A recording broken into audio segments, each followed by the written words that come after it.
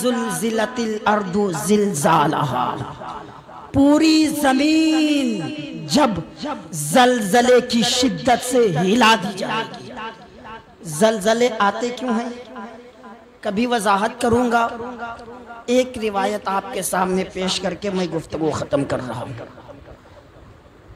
ہمارے جسم میں بہت ساری نسیں ہیں، بہت ساری رگیں ہیں، اسی طرح زمین کی بھی نسیں ہیں، رگ ہیں، اور ساری رگیں فرشتے کے انڈر میں ہیں۔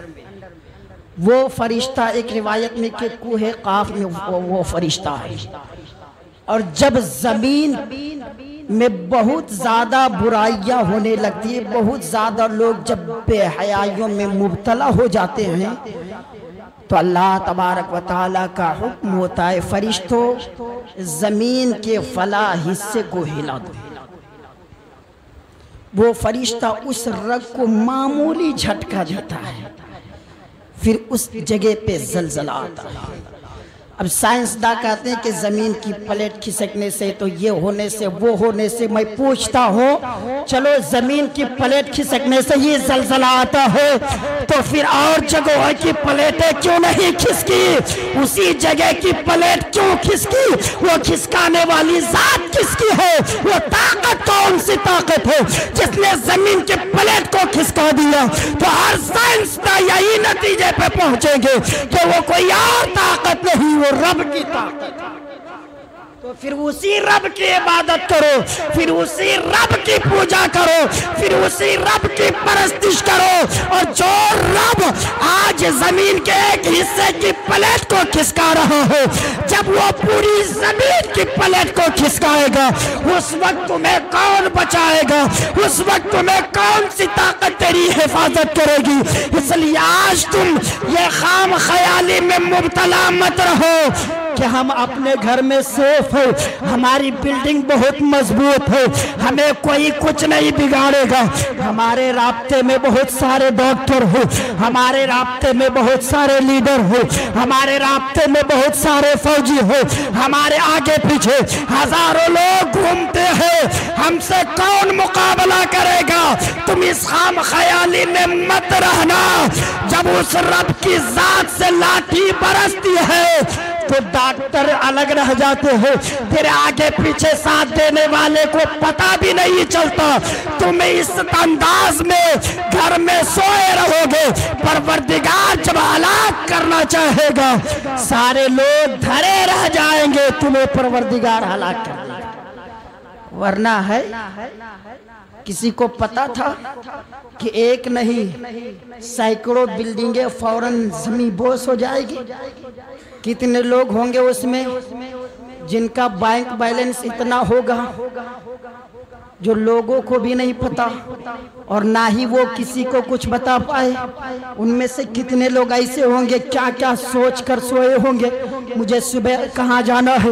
کتنے لوگ ایسے ہوں گے جو کسی کو فون پہ نہ جانے کیا کیا بتائے ہوں گے مجھے کیا کھانا ہے، تو کسی کو کہاں جانا ہے، تو کیا خریدنا ہے۔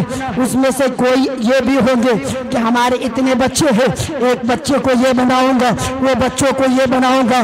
آج دنیا کے بارے میں نہ جانے لوگ کس کس انداز میں سوچتے ہیں، مگر اللہ کے بارے میں، قبر کے بارے میں، آخرت کے بارے میں کتنا لوگ سوچتے ہیں، یہ ہم اور آپ خود بخود فیصلہ کر سکتے ہیں۔ ہم اب قرآن مقدس کی اس آیت کریمہ کو نگاہوں کے سامنے رکھیں۔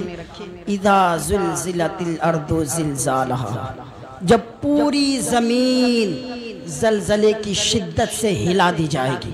وَأَخْرَجَتِ الْأَرْضُ أَثْقَالَهَا، اور زمین اپنا بوجھ سب نکال کر باہر پھینک دے گی۔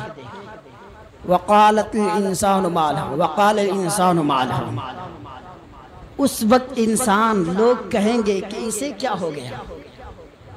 یومئذ تحدث اخبارها، اس دن زمین خبریں دینے لگے گی، بتائے گی زمین کہ اس نے کون سا گناہ کیا، زمین گواہی دے گی۔ یومئذ یصدر الناس اشتاتا لیروا اعمالهم، لوگ گروہ در گروہ آئیں گے، بے نمازی ایک گروپ میں آئیں گے، جو ڈاکو چور ہیں وہ ایک گروپ میں آئیں گے، لوگ گروہ در گروہ آئیں گے وَمَن يَعْمَلْ مِثْقَالَ ذَرَّةٍ خَيْرًا يَرَهُ وَمَن يَعْمَلْ مِثْقَالَ ذَرَّةٍ شَرًّا يَرَهُ۔ تو جو ذرہ برابر بھی نیکی کرے گا وہ بھی دیکھے گا، جو ذرہ برابر برائی کرے گا وہ بھی دیکھے گا۔ تو ہم خام خیالی میں نہ رہیں کہ آج ترکی والوں پہ یہ حالت ہوئی ہے، ہو سکتا ہے کل ہمارے اوپر بھی یہ حالت ہو۔ آج ہم عبرت حاصل کریں کہ اللہ تبارک و تعالیٰ نے ہمیں موقع دیا ہے اور ہمیں سدھرنے کا موقع دیا، ہم عبرت حاصل کریں۔